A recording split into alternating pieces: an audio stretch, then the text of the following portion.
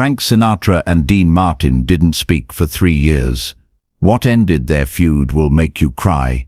March 21st, 1987. The day Dean Paul Martin died in a plane crash. The day Dean Martin's world ended. The day everything changed between Dean and Frank Sinatra. Frank called within an hour of hearing the news. "Dano, I'm coming over. You shouldn't be alone." Dean's voice on the other end was hollow. "Dead. Don't come, Frank." "What?"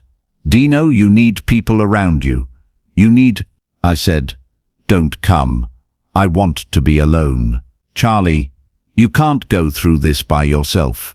Let me be there for you. That's what friends do." "Frank." Dean's voice was sharp now, cutting. "I'm telling you as clearly as I can. Don't come over." The line went dead. Frank stared at the phone, shocked. In 40 years of friendship, Dean had never spoken to him like that, never shut him out, never refused his help. Frank tried again the next day, and the day after that. He sent flowers, sent food, sent messages through mutual friends. Dean ignored all of it. At Dean Paul's funeral, Dean wouldn't even look at Frank, just stared straight ahead, hollow-eyed and unreachable. After the funeral, Frank cornered him. "Dino, please, talk to me. Let me help you." Dean finally looked at him. His eyes were empty. "You want to help me, Francis? Then leave me alone. That's the only help I need. I'm not going to abandon you when you're hurting. I'm not asking you to abandon me. I'm asking you to respect what I need, and what I need is space. Can you do that? Can you just for once not make everything about what you think is right?" The words hit Frank like a slap. "That's what you think I'm doing, making this about me. I think you want to fix something that can't be fixed. I think you want to make yourself feel better by being the good friend who showed up. But you showing up doesn't bring my son back. It doesn't make the pain go away. It just reminds me that I have to perform, have to be grateful, have to be Dean Martin, even when all I want to do is disappear. I never asked you to perform for me. You don't have to ask. It's what we do. It's who we are. But right now, Frank, I can't do it. I can't be your friend. I can't be anyone's friend. I just need to be left alone with my grief. Why can't you understand that?" Frank's jaw tightened. "Because I've lost people too, Dino. And I know what happens when you isolate, when you push everyone away. You don't heal. You just get lost." "Maybe I want to get lost." "Don't say that." "Why not? It's true. My son is dead. Frank, nothing matters anymore. Not the shows, not the fame, not the friendship, nothing. So yeah, maybe I want to get lost. Maybe that's exactly what I need." Frank felt anger rising, not at Dean's pain, but at his refusal to accept help. "Fine. You want to be alone? Be alone. But don't call me when you finally realize that suffering in isolation doesn't honor your son's memory. It just wastes the life you still have." Dean's expression didn't change. "I won't call. Don't worry about that." And he didn't. Days turned into weeks. Weeks turned into months. Frank kept waiting for the phone to ring, for Dean to reach out, for some sign that the grief was loosening its grip and his friend was coming back. But the call never came. By the end of 1987, they hadn't spoken in 9 months. The Rat Pack, the brotherhood that had defined Vegas for decades, was effectively dead. Joey Bishop tried to mediate, told Frank that Dean was in bad shape, drinking heavily, not leaving the house, not taking care of himself. Frank wanted to help, but every time he thought about reaching out, he remembered Dean's words, "Leave me alone. That's the only help I need." And Frank's pride wouldn't let him beg. If Dean wanted space, Frank would give him space, even if it killed him. 1988 passed. Then, 1989. 3 years of silence. 3 years of pretending the other person didn't exist.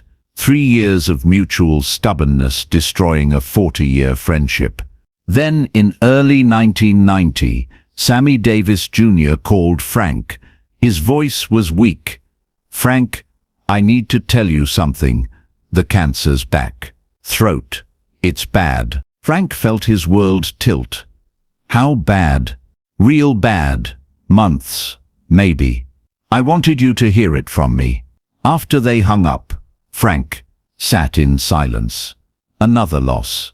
Another person he loved, slipping away, and suddenly the 3 years of not speaking to Dean felt incredibly stupid, incredibly wasteful. He called Dean that night. First time in 3 years. Dean answered on the 3rd ring. "Hello? It's Frank." Silence. "Then I know. Sammy's sick. Cancer. He wanted us to know." More silence.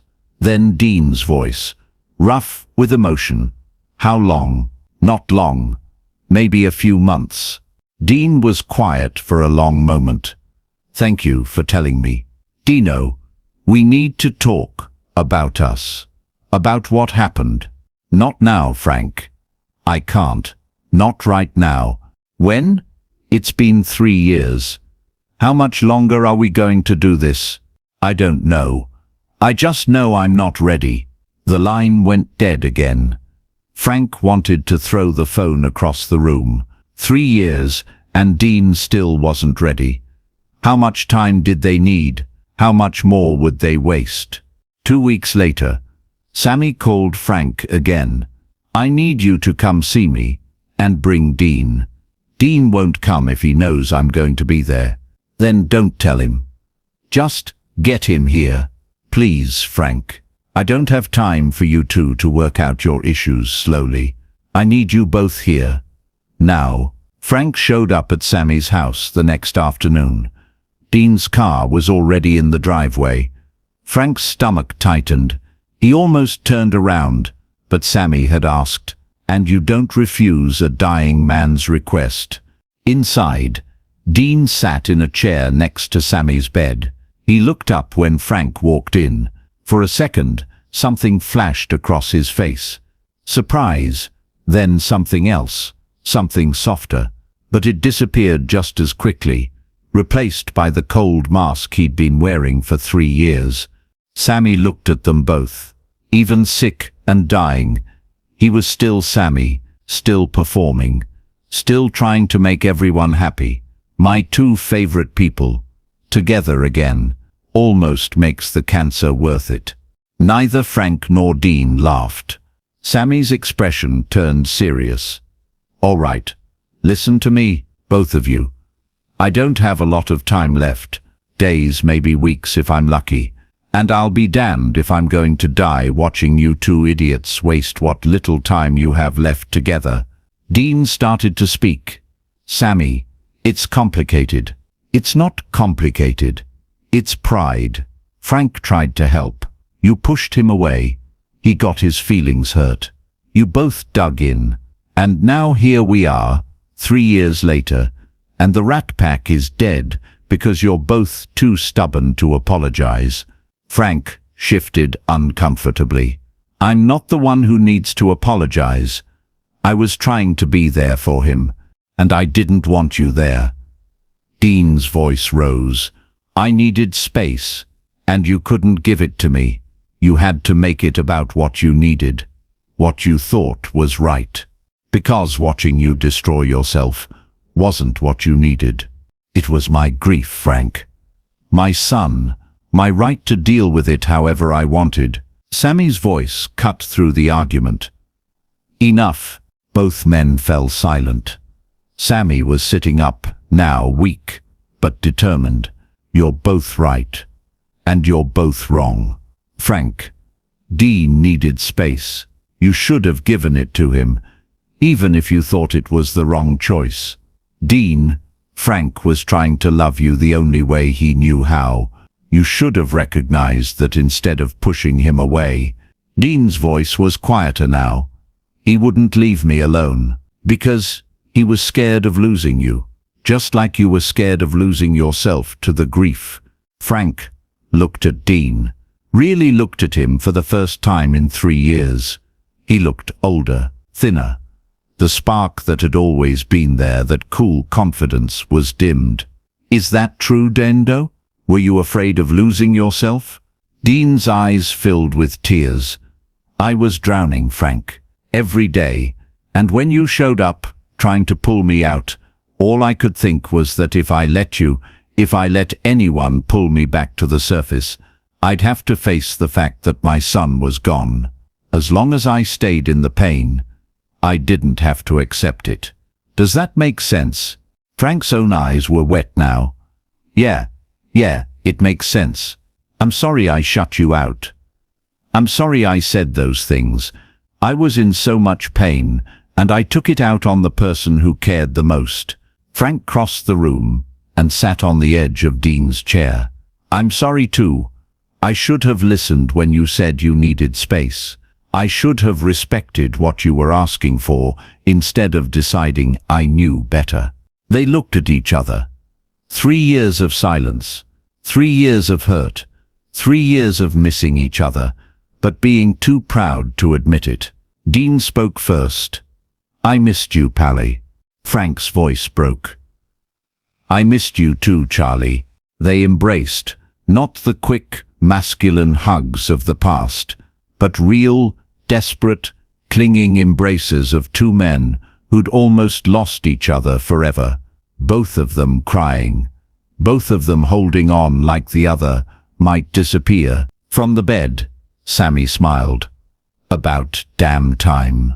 Over the next few months, as Sammy got sicker, Frank and Dean were inseparable. They visited Sammy together, sat with him, made him laugh when he could still laugh, held his hand when the pain was too much. Sammy died on May 16th, 1990. Dean and Frank were both there. After Sammy took his last breath, they sat in silence for a long time. Finally, Dean spoke. We wasted 3 years, Frank. 3 years we could have been there for each other, for Sammy, and we threw it away because we were too proud to apologize. I know. He's the one who brought us back together. And now he's gone. Frank put his hand on Dean's shoulder. So we honor him by not wasting any more time, by being the friends we should have been all along. Dean nodded. Deal. They left the hospital together, and for the next 5 years, until Dean died in 1995, they were closer than they'd ever been. The fight, the 3 years of silence, had stripped away all the pretense, all the performance. What was left was real, raw, honest. Frank spoke at Dean's funeral. My best friend and I didn't speak for 3 years. We let pride and pain build a wall between us. And if it wasn't for Sammy, we might have died without ever fixing it. Don't do what we did. Don't let pride steal your time with people you love. Don't wait for someone to be dying before you apologize. Life is too short, and the people who matter are too precious. The lesson isn't complicated. We all have people we're not speaking to, people we've had fights with, people we miss but are too proud to reach out to. We tell ourselves we'll fix it eventually, that there's time, that they should apologize first. But there isn't always time. Dean and Frank got lucky. Sammy forced them back together before it was too late. But Sammy paid the price. He spent his final months playing peacemaker instead of being supported by both his friends together. 3 years. That's how long Frank and Dean wasted. 3 years of silence.